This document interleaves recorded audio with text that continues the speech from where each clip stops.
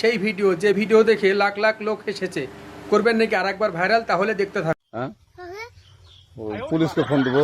Please আমাকে ক্ষমা করে দাও, প্লিজ প্লিজ আমাকে ক্ষমা করে দাও, প্লিজ কেটা আম পড়েছে? ওই যে পারুকে ধরে নিয়ে আসেন, ওই দিরাচ্ছে আমি দিরাই নাই, প্লিজ ওই আমটা তুল আমটা তুল। কোনটা? হ্যাঁ এই জাম আরে এই জাম ওরা ধীরে দিছে, আপনি ধীরে নেই প্লিজ।